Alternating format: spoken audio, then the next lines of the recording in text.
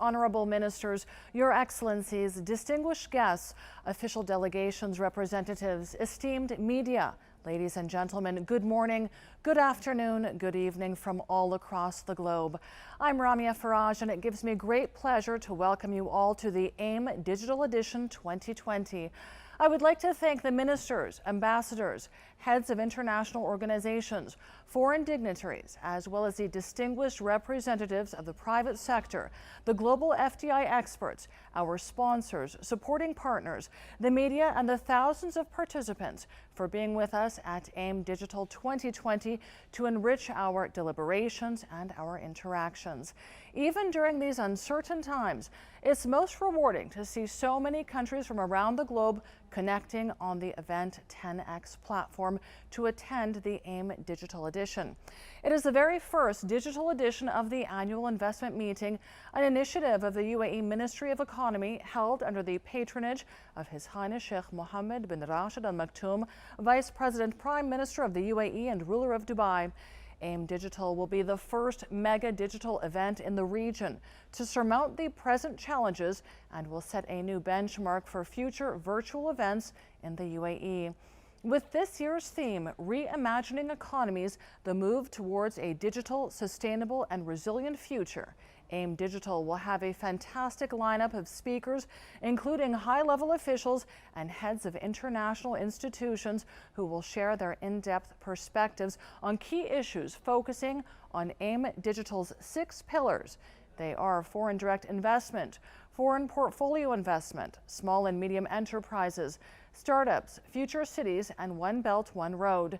We would like to congratulate the annual investment meeting organizing committee for being able to organize such a mega event despite the current challenges. We would like to commend you for your success in making a big transition to shift to the digital platform in such a short span of time. We are proud to host the AIM Digital Edition on Events 10X platform, a UAE-based startup and the global leader in next generation online events. Ladies and gentlemen, we would like to request your generous attention and active participation towards this engaging session. If you experience any issues with your audio or video during the session, kindly refresh your browser to address this concern. If you have any questions for our speakers, please do feel free to post your questions in the video wall, which is located on the right side of your screen. The upcoming debate will focus on the theme of the AIM Digital Edition, Reimagining Economies, the move towards a digital, sustainable, and resilient future. This session will discuss how to restructure economies to become more agile, sustainable, and resilient. To start off our discussion, I would like to introduce the moderator for the Global Leaders Debate Session, May Ben Khadra, business anchor of CNBC Arabia. May, the digital stage is all yours. Welcome everyone to the annual investment meeting, the world's leading investment platform, where our first session titled The Global Leaders Debate, Reimagining Economies, will feature a discussion on the move towards a digital, sustainable, and resilient future. I would like to start by introducing our session speakers. First, we have Mrs. Armida Salsiah Alice Jahabana, Under Secretary General, United Nations, Executive Secretary, United Nations Economic and Social Commission for Asia and the Pacific. Also, I would like to welcome Mr. Mohammed Al-Abbar, founder of Amar Properties, founder and chairman of Al-Abbar Enterprises, founder and director of Noon.com, and chairman of Eagle Hills and Americana Group. And also joining us is Mr. Mohammed Abdullah Abunyan, chairman of Aqua Power. And also we would like to welcome Mr. Arkady Dvorvagich. He's the chairman of Skolvo Foundation. Thank you all for being with us today. And of course, this coronavirus, this COVID-19 pandemic is a humanitarian crisis that continues to take a tragic toll on people's lives. There is no denying that it's also acting as a catalyst for change, whether this is economic change, social, personal, and also corporate, on a scale not seen even before. The scale of this change and also the speed of it is shifting the whole economy and the business environment, and is shining a bright light on the fact that companies are facing a once in a generation shift. and for all the uncertainty about what the future will look like, it's clear that it will be digital. Let's start without further ado with this discussion. So let me move to you, Mrs. Armida. Talking about financial sustainability in countries that witnessed a sharp drop in FX flows due to decline in FDIs and the pressure on the tourism sector, how can these countries, in your opinion, maintain financial stability considering all these challenges? Okay, thank you very much for the question. In response to your question, I think first and foremost is we need to contain the virus. First and foremost, yeah. With health COVID-19 related measures need to be in place, virus contained, and then need to direct resources, including financial resources, to this end. Yeah, while the economy is, of course, would be contracting, stagnating. Yeah, because the revenues down, expenditures up for emergency measures, for fiscal stimulus. Yeah, and the fiscal stimulus, of course, what needs to be in place, that we need to keep in mind is, especially governments, need to reallocate spending, their priorities, halt unnecessary spending, including rescheduling the unnecessary spending, for example, this big infrastructure spending. Second, enlarge the temporary fiscal space. Yes, some countries may have to enlarge their temporary budget deficit, and then finance that, with several measures, including now that these measures are more or less agreed, the so-called debt suspension measures, and reallocate that instead to the more urgent spending. And also for several countries, they may wish also to take the initiative on securing several sources of financing, including issuing bonds and so on and so forth. Second is to restart the economy in stages, opening up the border for selective travel. Some countries are already doing this, including introducing the so-called travel corridors for certain selected, for example, travel and so on, but with strict health protocol, including tourism, opening up for tourism, but again in stages with strict health protocol, and encourage for countries that have this domestic quite a significant population, then encourage domestic tourism. And again with the strict health protocol, and starting, of course, to facilitate the flow of goods, especially the essential medical supply, essential goods, necessities. But then again, going forward, the key would be the testing, the availability of vaccine, availability of better therapeutics.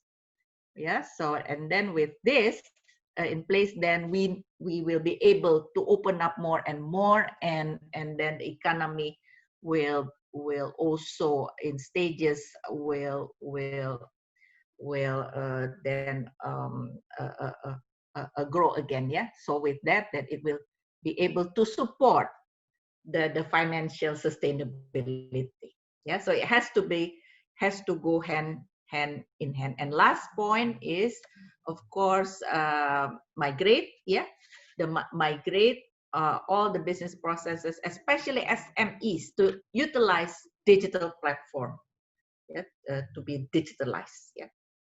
So therefore the business will be able to float, and will be able to maintain this financial sustainability. Thank you. Mr. Mohammed Al-Abbar. Mr. Mohammed, what makes this crisis so different in its effect on corporations to any other previous crises we've had? We have before the financial crisis. Why is this one different?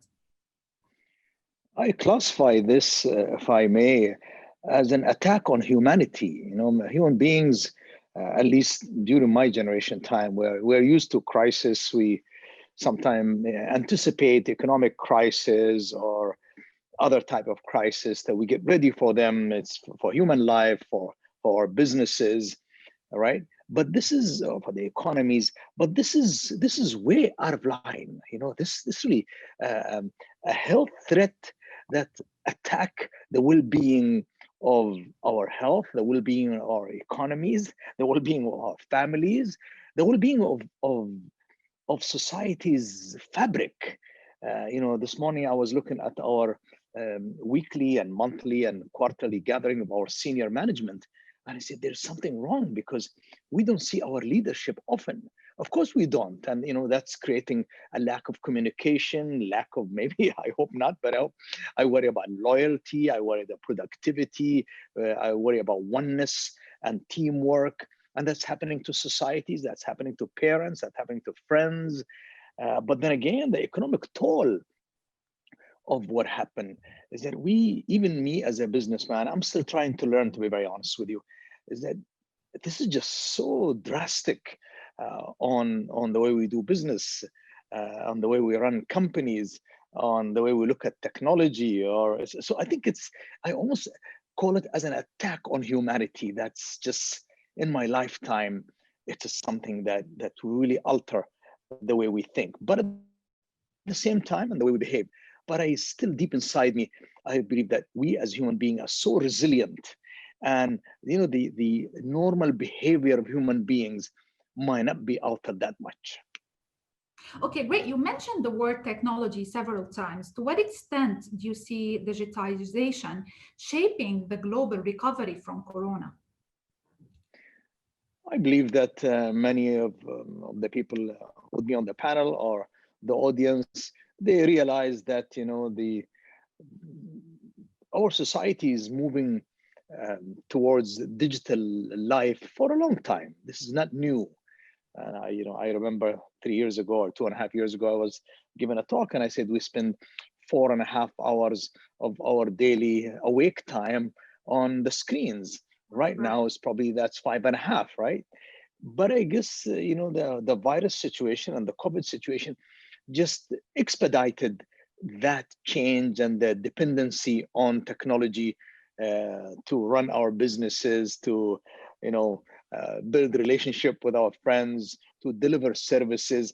And I think it put pressure on every one of us, normal human beings or business leaders, that we need to adopt. We really need to shift gears in our mind, and whatever we think before that we are able to cope, we really can't cope. And I know that many great organizations have really done an amazing job, but still we're still really trying to cope well with it, and that's a big challenge for all of us. Okay, Mr. Arkady, I want to address you with the same question. How and to what extent is digitization shaping the world economic recovery from Corona, in your opinion? I believe the digital agenda is of a great importance in shaping the post-COVID world. And the reason is not only in the things we already see, like distant education, video conferencing, or telemedicine. It's just another way of thinking about the reality and another way of thinking about the world. While before people were thinking that digital technologies are complementary to what we are doing physically, it appears now that digital technologies are in the core of what we are doing, and this is a completely different approach. Also, it's about new business models that people are going to use in the future. For instance, while before people were thinking more about autonomous cars for driving themselves, now people are thinking more about autonomous way of getting goods and services to their own homes, apartments or offices. So again, a new business model. And the industry is very responsive. There are many businesses in the digital area that are growing like hell right now in all those areas. And I think it's time for the governments to adjust regulations to allow for these trends to flourish. So, Mr. Mohammed, as a chairman of Abunyan Holding and Aqua Power International, what are the bold digital actions you've hesitated to pursue in the past, and now you come to realize that they were actually necessary? Thank you for asking this. I have to say that the lesson learned for all of us that you have to be always in front, and digitalization, data, and being able to really put the proper infrastructure, the proper system, that always will be a payback quicker and better, and being able to really protect you and your businesses, and being sure that you are always well positioned to deal with challenges that is going to come and influence your business. I think it make it more, I have to say, for all of us, especially in this pandemic, that we have seen how relevant these investment and being able to have the leadership, as you know, believe in it. And they have to put all their emphasis in really putting it part of their operating model and the mindset of the people. Because in reality, as you know, it's a mindset of the people and how they are committed and how they believe in it. Mr. Mohammed Al-Abbar, this pandemic has accelerated this shift. You were saying that businesses and we as human beings, we were spending a lot of time on this technology, but now it seems like COVID-19 has kind of accelerated this shift. Now, businesses can do this shift in normal times because they can take their time. But now, with this acceleration and so little time for them to make this shift, does that make any difference to how fast can corporations make this shift and adapt to this new environment? It depends on which business you're talking about. If, for example, I'm lucky enough to operate in different fields. If you look at my real estate business, I don't, we have not done well. Our revenue comes from our sale, and our sale is not coming through the digital channels. It's not happening. We are trying. Maybe we don't know how to do it, but it's not happening. If you were to look at our e-commerce business, well, the first month and a half, we had to struggle because we've got warehouses that are locked.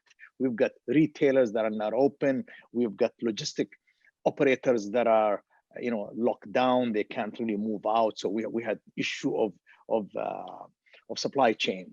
But then again, we got over that, and I think the society got over that.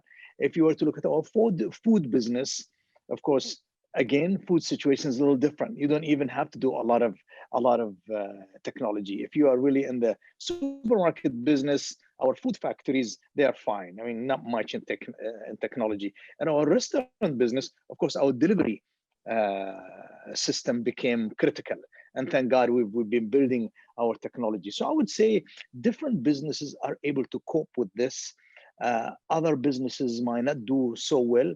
And to be honest with you, there's one comment that I would like to make, and maybe some people are embarrassed to make this comment, is that we also, as chief executives or chairmen or managers in our businesses, honestly, we do not know how to deal with technology.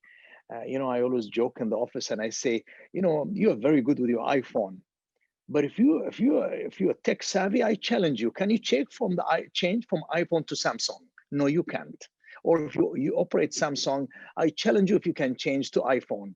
So I really think it's the responsibility of us as business leaders, not only to hire the best talent that can automate and digitize our business. I think it's our responsibility to understand it and learn as much as possible. So let me move to you, Mrs. Armida. How can governments engineer a sustainable financial plan to recover from Corona? One that particularly doesn't only take into consideration the economic factors, but also the social and environmental factors. How achievable is that? Yeah, again, thank you very much, yeah, for the question. Well, again, this is not easy, but several measures that I think we can envision, and again, yes, several are already starting this taking this measure. One is that would be key, yeah, is the stimulus packages. The stimulus packages. Of course, this would be temporary measure. This would be temporary measure. But at the same time, yeah, that needs to be in place, aside from the stimulus measures, is how to scale up the healthcare system, and the social protection system. Yeah, basic healthcare needs to be in place, need to be scaled up. Universal health care, health insurance need to be scaled up, need to be in place.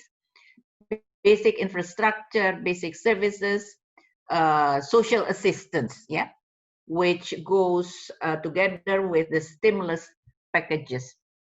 But not only, of course, yeah, the first line of defense is how to mitigate the socio-economic impact, yeah, of this COVID-19 and the ensuing crisis. But then what needs to be also closely follow up in tandem is several measures, yeah, to further prepare, yeah, those most impacted. I will give you one example. SMEs, one of the segment of the economy that have been most impacted. How to facilitate SMEs to migrate to be able for them to utilize this digital platform. Second, upscaling, yeah, the skills of youth and those in the workforce. Yeah, again, the way forward is to equip them with these digital skills for them to enable to also benefit from the various job or employment opportunities. Yeah, again, in this situation, in this time of crisis and beyond, including, yeah, more skills and so on for entrepreneurship. Yeah, because this would enable them to be better equipped. Yeah, to be better equipped to utilize or to benefit from the opportunity that are there in this very difficult situation. And the next important strategy that is also part of this stimulus and then further on recovery is to build in the path to a green recovery. I will give you one or two examples, especially as it relates to energy, yeah, because we would like to recover better, not to go back to the pre-COVID-19. For example, in terms of energy, how we can have the so-called green recovery in terms of energy, yeah. Phase out the fossil fuel subsidy for those countries that still have, yeah. No more coal power plant investment, new investment, but use instead, yeah, the resources, including the financial resources that would have been used, yeah, to that end, instead, yeah, to invest in a clean, modern, renewable energy. And for that, yeah, you need also to mainstream that, yeah, including at the macro level, in which in this case is the so-called the roadmap of SDG 7, which is on energy, yeah, not only on accessibility, but how to increase, yeah, this portion in the energy mix, the clean, modern, in which represented by more and more renewable energy. And with that, there would be also opportunity actually. Yeah? It's not only about government sector initiative and so on, but opportunity also for the private sector, for the business sector, for the investor. Yeah, and one more, yeah, to go with this is in terms of the financing. Yeah, the so-called bonds issuance by government, SDG bonds. Yeah, so government can finance all this initiative by issuing bonds, but the bonds, the proceeds of which is to be directed to support the investment and so on that will support SDG, sustainable development, including the one that I mentioned earlier on this energy initiative. Thank you. Mr. Muhammad Abdullah Abunyan, in your opinion, how did COVID-19 change the business model that corporations rely on? Do you think that now we are going to see a new business models for these companies, especially local ones?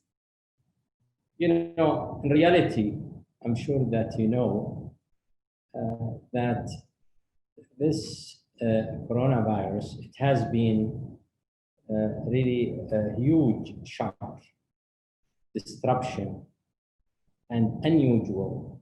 And there is no relevant experience that has happened in the past that you could really benchmark and learn from. And that's the reason, you know, people in the beginning, they have been, I'm very sorry to say, in a panic situation. They have not been able to see how and what and when it will be over. But the reality of the fact that this disruption and this really huge shock has came in, influenced everybody, has made us more going back to the fundamental part of your culture. You're able to have more emphasis in your people and how strength that you have when it comes to, you know, the fundamental capability and competency of your management and your people. And this is always what you have to always remember and think, that the first line of defense is always your people, and how they are agile, how they are committed, and how they are flexible and dynamic, and how they are able to be innovative enough to optimize and to act in a quick manner to be able to adapt to reality. And the reality today, that you need to be flexible and you need to act to make your business really able to perform. And especially, I'm sure that you know the kind of business we are in. Millions of people rely on us, you know, providing power and water. You need to be sure reliability, sustainability, and ability to deliver necessity of, as you know, to the people, the social, the economical support. In our, I have to say, reaction, I'm very happy to say that the values that you have about health and safety, that were made it extremely relevant to this current situation where, you know, you put really the health and safety in the top, and you have to practice it every day. And whatever you do is always to think about protecting your people and protecting the people that you are dealing with. But I'm sure that you know the disruption of the supply chain, many other things has made it on changing your priority and your mindset and your practices to be able to really have local supply. You need to think about always being able to have a B plan and C plan to be able to make your business model robust and your operating model sustainable, to be sure that you have no interruption whatsoever is happening. And for a fact, it teaches us that you need to empower your people and you need to trust them and you need them to be decentralized decisions to be able that everybody at his own level to make the right judgment and the right decision and being informed and being agile and being really working in a cooperative manner to be able to make things happen. Mr. Muhammad Al-Abbar, the impact on business models, because this is impacting the fundamentals of the economy. You just mentioned it's impacting how we as consumers are spending, our spending priorities as well. So what does that mean for business models? Are they trying to make it through what we now call the new normal? Do you see it that way? I said in the past that one of the challenges in business is that we're all very ambitious businessmen, and we like to build our businesses based on growth, and no doubt we are careful how we do it. But many of us, and there are times in my life as well, is that we build our businesses based on continuous growth. And the honest truth is that we have to be able to build our business that our business is sustainable, because we understand we'll have good days, we'll have bad days. You have the cycle of up and down and in businesses. Therefore, do you build whatever business you are in? Are you building your business to sustain a possible slowdown or a possible bump? I said, but the thing is that this bump was quite a big attack. It was not a speed bump.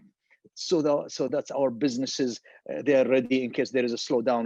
We can handle losses.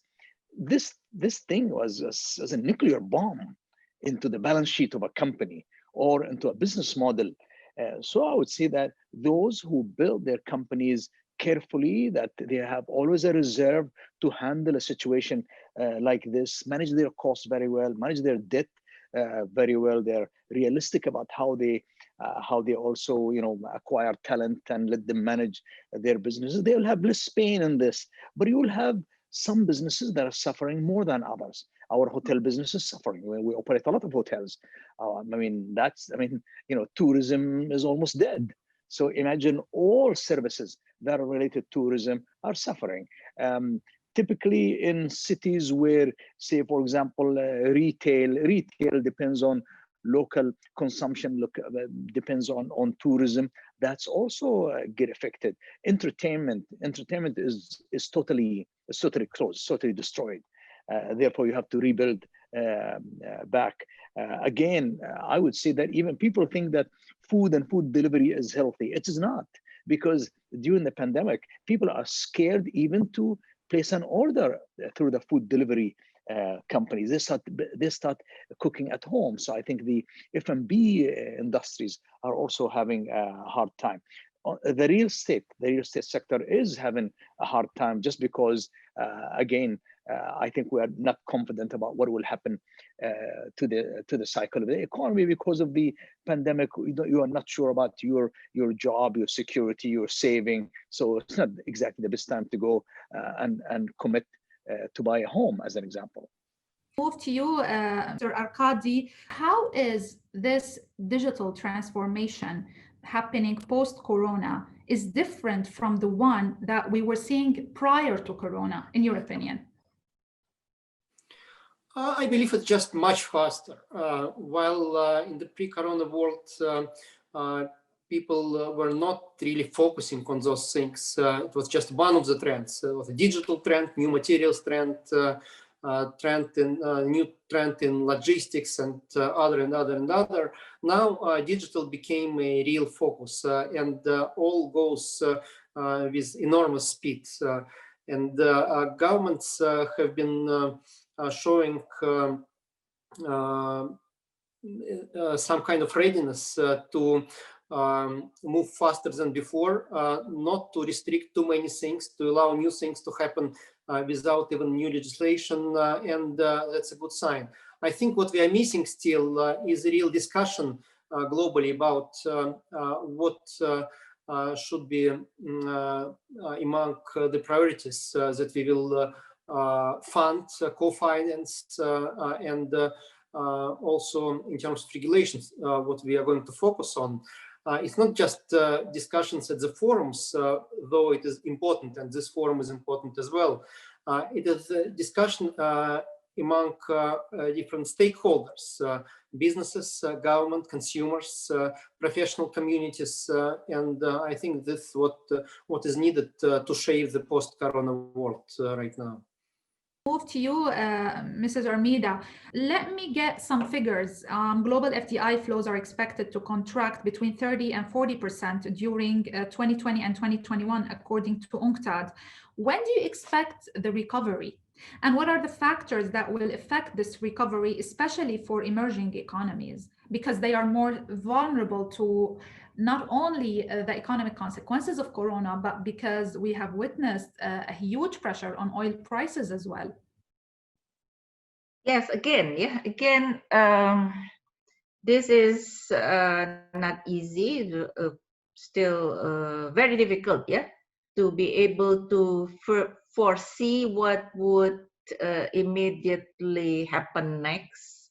That for sure, in terms of trade, investment, and recovery, especially for developing countries, trade, investment are very important, for the recovery for developing countries. Not only recovery and beyond.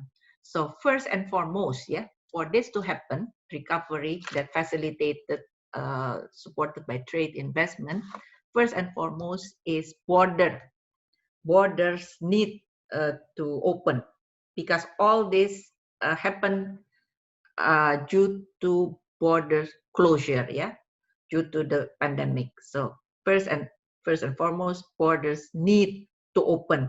For that to open while the pandemic is still here, then you need to do it in stages. You need to build the confidence, So that's why contactless trade, will facilitate that. With a strict health protocol, will facilitate that. Therefore, the key word is build resilience, in the trade, in the trade, flow and so on and so forth, So therefore, what is important, is to support this process by facilitating the process, So therefore, trade facilitation will become important. What does a trade facilitation in this case mean? It means, for example, as an example, a more digitalized trade in the process, I gave you one or two document trade, but supported by electronic documents, electronic certificate of origin, one example. Another example is electronic single windows for the submission of documents. This will facilitate trade contactless, But to be able to do that for countries, especially the developing countries, they need to be facilitated, a train, capacity building, and so on and so forth, in order for that process, to be undertaken by the countries. Likewise, we need to facilitate the process by giving this investment facilitation. Because of this breakdown in the value chain, global value chain, regional value chain, in which many developing countries are part of that, part of the global value chain, part of the regional value chain,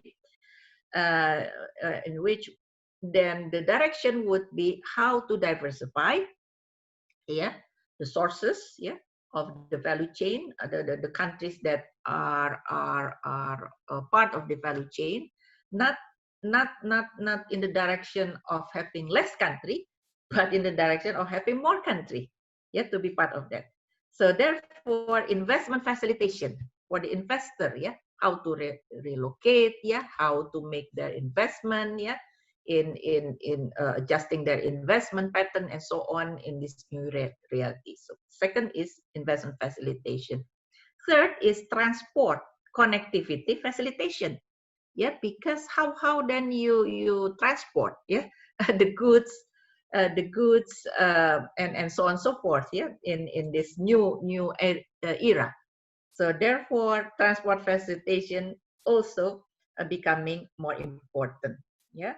But the essence is the essence of which is basically we increase the resilience, we reduce the vulnerability by diversification of the supply chain, expanding the supply chain, a number of countries that is part of that, reduce the vulnerability, and ensuring the lower income countries, yeah, especially the so-called graduating LDCs, to be able to be still part of all this process, yeah, to secure their participation, their place in the global regional value chain, because this is very important for them, for their development.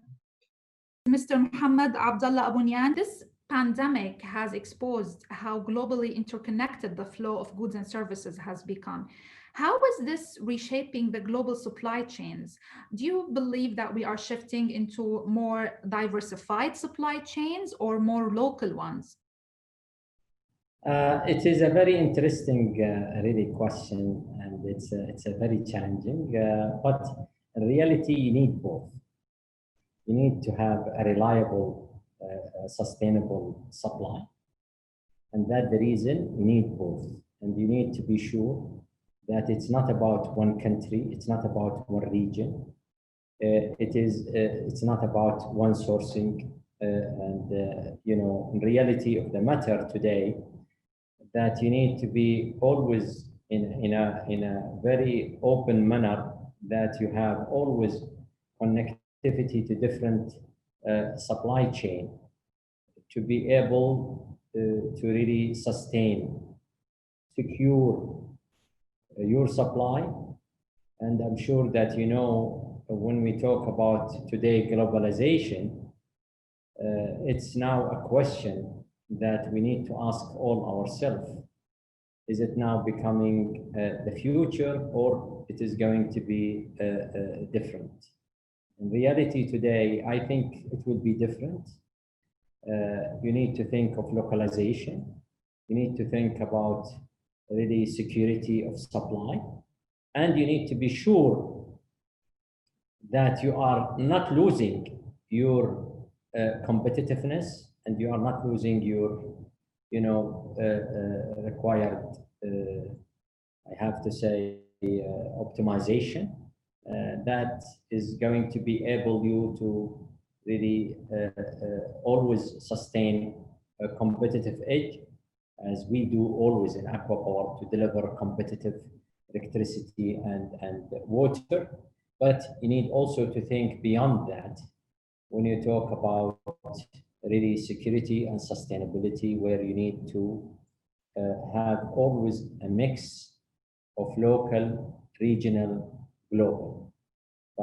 This is reality, and you will see very obvious in the coming few years. There is a shift and there is change in the disruption has been caused by the pandemic on supply chain, and where it will be different, and it will be again that we need to adapt to reality. But I am also very confident, and I have to say it, that people have to think really and act different. It's not only in supply chain, in other things. There is so much has changed, required. Your operating model will also change to adapt to reality. And reality today, that it's not always negative, such situation. There is many positive aspects that we could be more efficient, and we could be really able to use data and to use really a proper, I have to say, digitalization to be able to be more efficient and to be sure that people work at distance and they have to be delivering the same value if it's not better and more efficient. In the same time, that there has to be a lot of room that you are going to create to be able to really be optimizing your cost. Because the reality of the matter today that the growth of the market, the GDP, the business competition, the future will drive you to change and to be more, again, acting not as it used to be the old days in 10 years, 5 years. Now you need to look for days and weeks and months. And for you, the 1 year is still long to see. And that's the reason you need to be always very dynamic, very responsive on a timely manner. Mr. Mohammed Al-Abbar, what is the importance of having a resilient supply chain in the future? Do you think that after this pandemic, supply chains will be more diversified or more local to have this resilience? Well, of course, everybody would like to have a local, support system. Can it happen realistically? Well, I think, yes, I think I would say a lot can be done. Your essentials, 100%, you can do them locally. I have no doubt in my mind. But I think also businessmen and decision makers are becoming smarter that you diversify your source. And that could help you a little bit. But I really think having a secured local supply chain, I think it's going to be something that many countries in the world are going, and many decision makers are going to follow. And I understand everybody's talking about globalization and so forth. And, I'm not that crazy about the concept of globalization when you sell everything to me and I don't sell much to you. I don't think that's fair. You will still depend on other suppliers. It's a fact of life. That's going to happen. But you will see people building a safety net in mix of suppliers, in local supplies to be able to navigate for the future. So you're talking about building a plan B. Now companies will have to start planning for the next crisis and get ready for it. In your opinion, what are the major 3 lessons that this pandemic has taught the business and the corporates around the world? Well, I think number 1 is that you can't predict anything anymore. Honestly, you can't. I think if you notice my previous speeches, I always say that change is a fact of life. Change. But I underestimated change. This is not a change. This is just unexpected. So that's number 1, is that you can never expect what might happen next. Number 1. Number 2, for you to be able to cope to these situations and this environment that's so unstable, I really think that you need the best talent you can put your hand on. Many of us, we really neglect this factor. Having the right people who have the intelligence and the passion and the emotion to really run our organization, run our companies, I think is becoming so critical in what we do. But at the same time, I guess we go back to the basic boring thing is that, are we really looking into the future? And how can we have a plan B and have the customer in mind? Because at the end of the day, if you talk to me, I'm focused on my customer. But then how can I really focus on my customer? Try at least get ready that there is nothing I can predict. Have the best people with me, and move into the future carefully with a plan B. But then again, is my balance sheet capable? Can my balance sheet take me through turbulence time? And we all, as businessmen, we are all interested in moving, making the maximum profit. We have something in business called efficient balance sheet. What is efficient balance sheet? Can a balance sheet carries you? Can it carries you to safety in case of trouble? And how big or how small is that? And that's the challenge that we all, we wrestle with this to be able to achieve that. So that's the mix that keeps me awake at night, and thank God, we've gone through these months, we cannot say that we know what's going to happen. We still have months and few quarters where we really need to watch what's happening. Move to you, Mrs. Armida. So to what extent are countries rethinking their international trade strategies to reduce their exposure to foreign and pretty much diversified supply chains? Can they be more locally focused, in your opinion? Some of the points I already highlighted in my earlier response. I think the earlier question and this question is sort of in one integrated integrated question or topic, again, to reduce the vulnerability in terms of value chain trade connectivity. Yes, so therefore we need to build the resilience. Again, I reiterate the points again, that in terms of value chain is not less country to be involved in this value chain, but more countries, yeah. And to reduce the vulnerability, transport and trade, then how to digitalize, yeah, the process, less contactless in terms of document for trade, yeah. Then if you have electronic certificate of origin, if you have in place electronic single windows, you submit all the documents, yeah, electronically, it will facilitate all the process. And standardize, yeah, standardize, because we are talking about countries, yeah, that are partners in trade and in this value chain. It will facilitate, yeah, all the process and reduce the vulnerability. And more importantly, this is also to the benefit, again, I would like to reiterate the point, to the benefit of developing countries, especially the lower middle income countries, yeah. Some of them are the so-called graduating LDCs, in which they do not have, yeah, the sufficient large domestic market that they can benefit from, yeah, from the internal or domestic trade, yeah.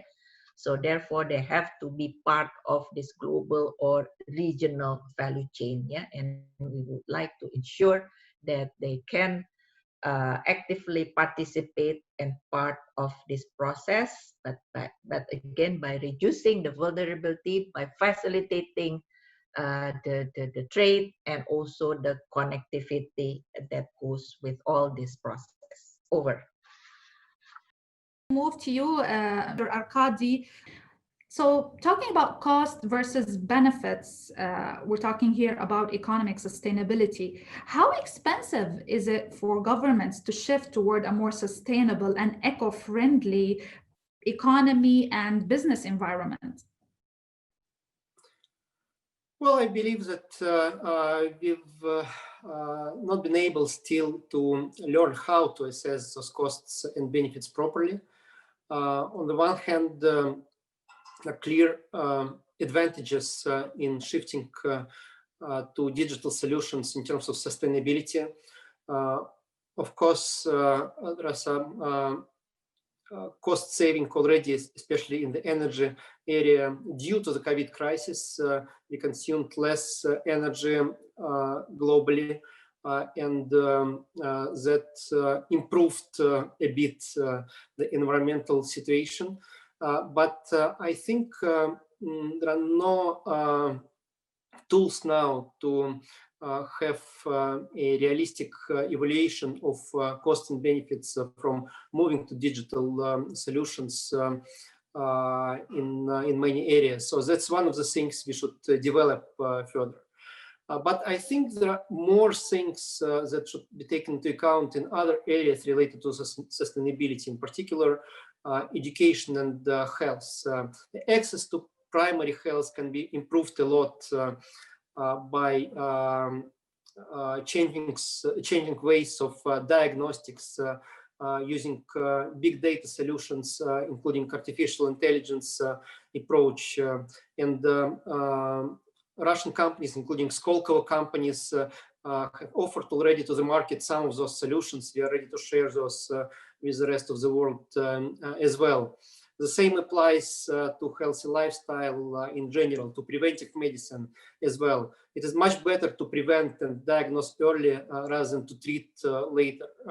And that's one of the keys for sustainable health systems and sustainable societies. The same applies to education. Distant approach using digital technologies in education helps to improve access to best available education practices all around the world. Infrastructure is critical to do that, but if we will find the way to improve infrastructure, then we can provide much better education to huge societies that are now lacking this access. Mr. Mohammed Al-Abbar, let me go back to the point you mentioned about sustainability. Is it expensive to build on sustainable path, to have a sustainable business?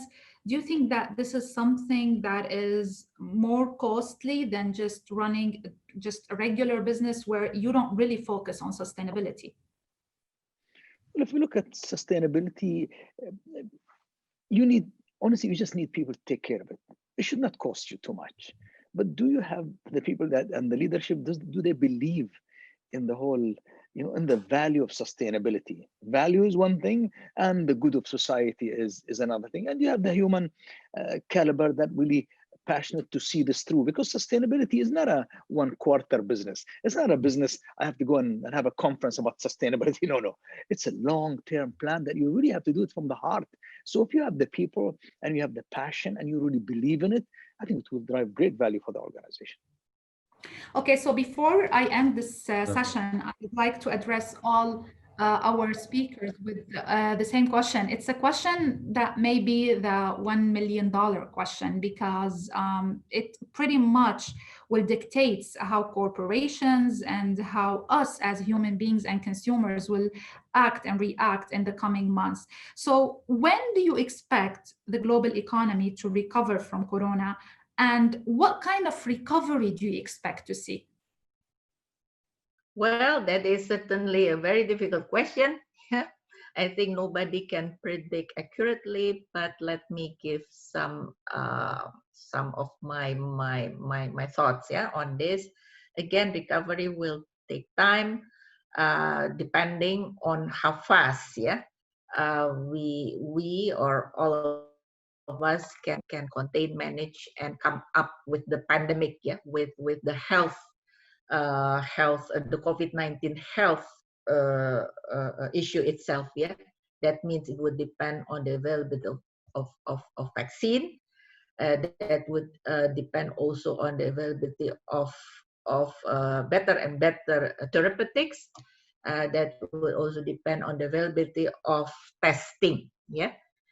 Testing which is cheaper, but and yet equally accurate and faster.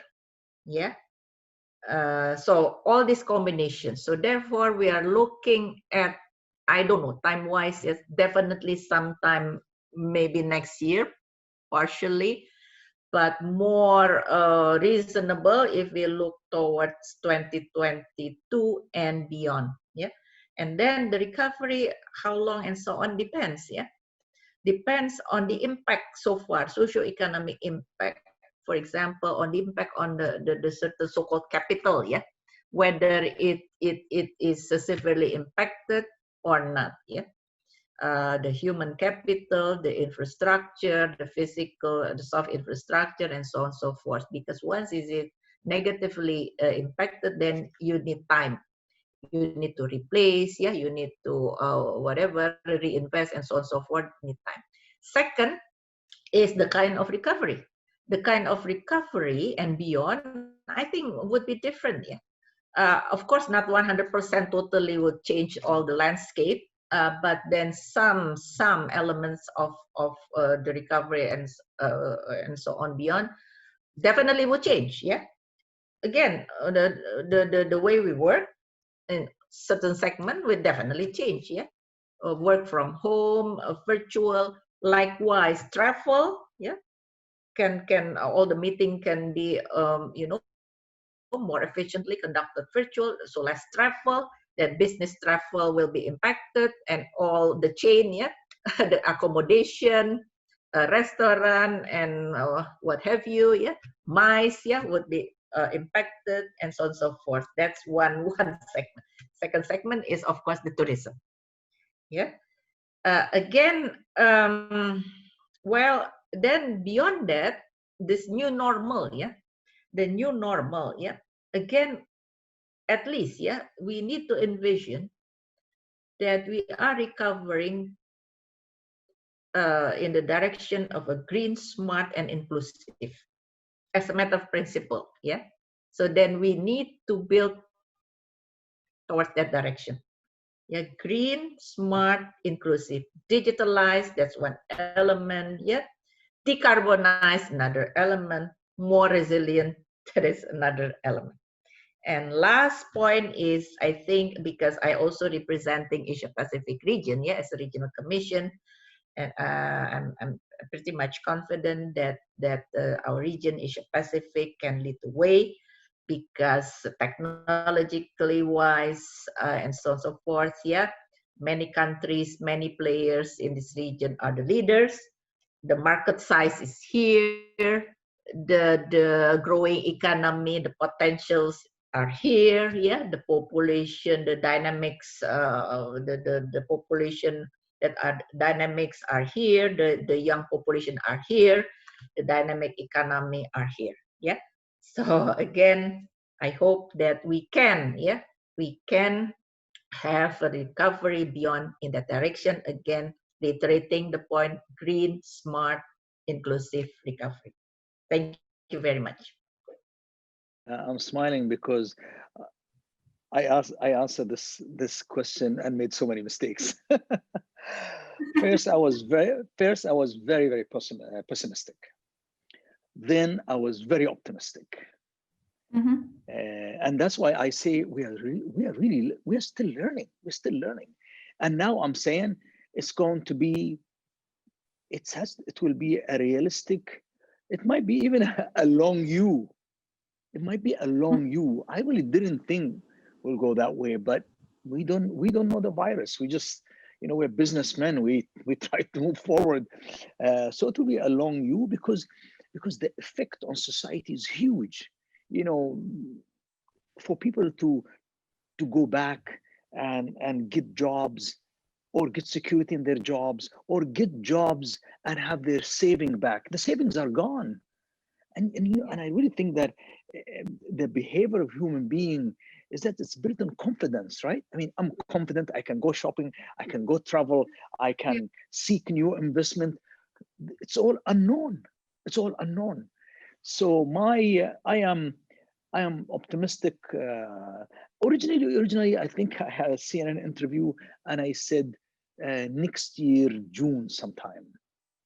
I would say I still believe in that view, that by next year, June, we could be in a much better shape than when we are. Even though the situation, thank God, the UAE and its leadership have done an amazing job. We are still in good shape, but we have to be careful the coming months.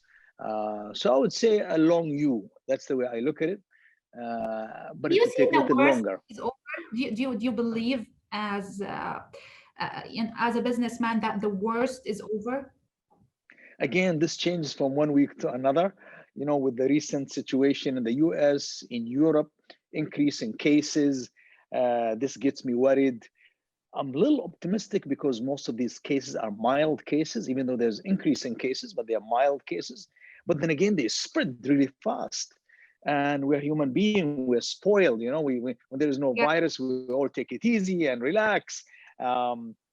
So I don't exactly have the number. I'm just running my business carefully.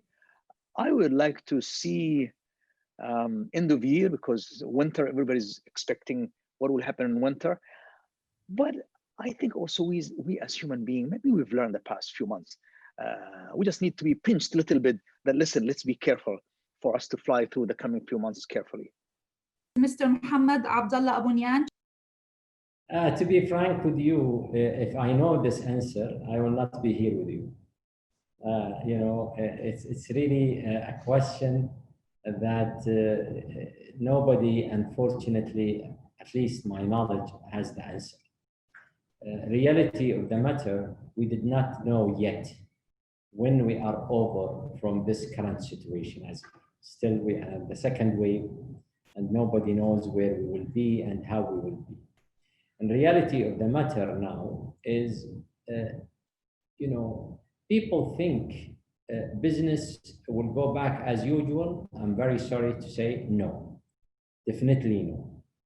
Because in reality now, as you have seen, many businesses has changed. Many businesses will change, and many economy will be restructured, and it will be different. But in reality of the matter now, when we talk about recovery, we are talking about GDP recovery, then you have more production. You could predict more, and you could be able to say in a few years, in 25 or 24, whatever is that date, on going back to what you have lost in the GDP today already in these countries and these economies. And reality of the business itself, that there is many businesses will flourish. I'm sure that you are aware in the few months now what has happened, how we have seen the digital business is really booming, and it become the talk of the town, and it become the fashion of the business, and the opportunity for everybody to really make a huge success story. But in reality now, what is more important, I think, relative to all of us, is being able to focus at our business and our own operating of our own companies, to be sure that when the market is going to change, or the economy is going to change, we are more positioned to take advantage when it comes to growth. But when the market is declining, then we are also very well prepared, and we take action in a timely manner to deal with matters, and being sure that we have sustainable operating, and we are not going to lose our core competency and capability, where it is our human factors and our really people and destiny. I am always a believer that don't think about projection, what's going to come in a few years. You have to be always proactive, you have to be dynamic, you have to be agile, you have to be flexible, and you are able to respond in a timely manner. And this is where the key element, because business as usual is gone. And who is going to stay as he is today to dream that business will go back as usual? He will disappear. But in reality, we need to be really saying things has changed, and it will not go back to business as usual. If you look back in May, when I've been asked the same question, or more or less the same question, I answered that it's far from over, and we are going to face the most difficult period in the fall of 2020. So now we are in the middle of the fall of 2020. And yes, we are facing very difficult conditions. The second wave of the crisis of the pandemic is not behind the door; it's in our houses. So it's really extremely difficult situation right now. But I'm always optimistic, and while my prediction regarding this fall has been confirmed already by reality, I strongly believe that we should be much better already by next spring, due to a few reasons. One is that societies are learning very fast how to deal with the situation, and people become more and more knowledgeable about what's going on around. Doctors and health systems in general in a better position to diagnose and treat the disease. And we saw that while more tests are being done, millions of tests around the world, the death rate as compared to the number of cases discovered is going down in most of the countries. Hopefully that will be the case in all countries very soon. Also, the vaccine development is important, while not insisting that we already have the best possible vaccine or best efficient one. I think the Russian vaccines are good enough already. And many people can benefit of that. And we are looking forward for a few more vaccines to be developed and go to the market, and that will help a lot. And I think already by the middle of next spring, we'll have some improvements. But if not, we know what to do, and we are very patient. The world was not easy throughout the history, not an easy place to live, so we should be all very patient, and we will survive. That was quite an interesting panel. I want to thank all our speakers and audience as well. So let me start by thanking our speakers who joined us. Mrs. Armida Salsiah Ales-Jahabana, Under Secretary General, United Nations, Executive Secretary, United Nations, Economic and Social Commission for Asia and the Pacific. Thank you for being with us. Mr. Mohammed Al-Abbar, founder, Amar Properties, and founder and chairman of Al-Abbar Enterprises, founder and director of Noon.com, chairman of Eagle Hills and Americana Group. Thank you, Mr. Mohammed, for being with us today. Mr. Mohammed Abdullah Abu Niyan, chairman of Aqua Power. Thank you, Mr. Abu Niyan, for being with us, and Mr. Arkady Dvorkovich, chairman of Skolvo Foundation, also with us. Thank you, sir, for joining us. Obviously, the coronavirus has disrupted the social, economic, and financial infrastructures of the world. We already call it the old normal. This pandemic is the last costly warning that the system we live in is not sustainable anymore. It has caused the largest global recession in history, with more than a third of world's population being placed on lockdown. However, and despite the fact that the global economy has been bent out of shape by this crisis, for businesses and organizations with the ability to adapt, this crisis is offering new opportunities to move quickly in useful and sustainable directions. And it's up for us to seize these opportunities. Thank you all for joining us. Stay safe. Goodbye. Thank you to all of our debaters for taking the time to share your views with us.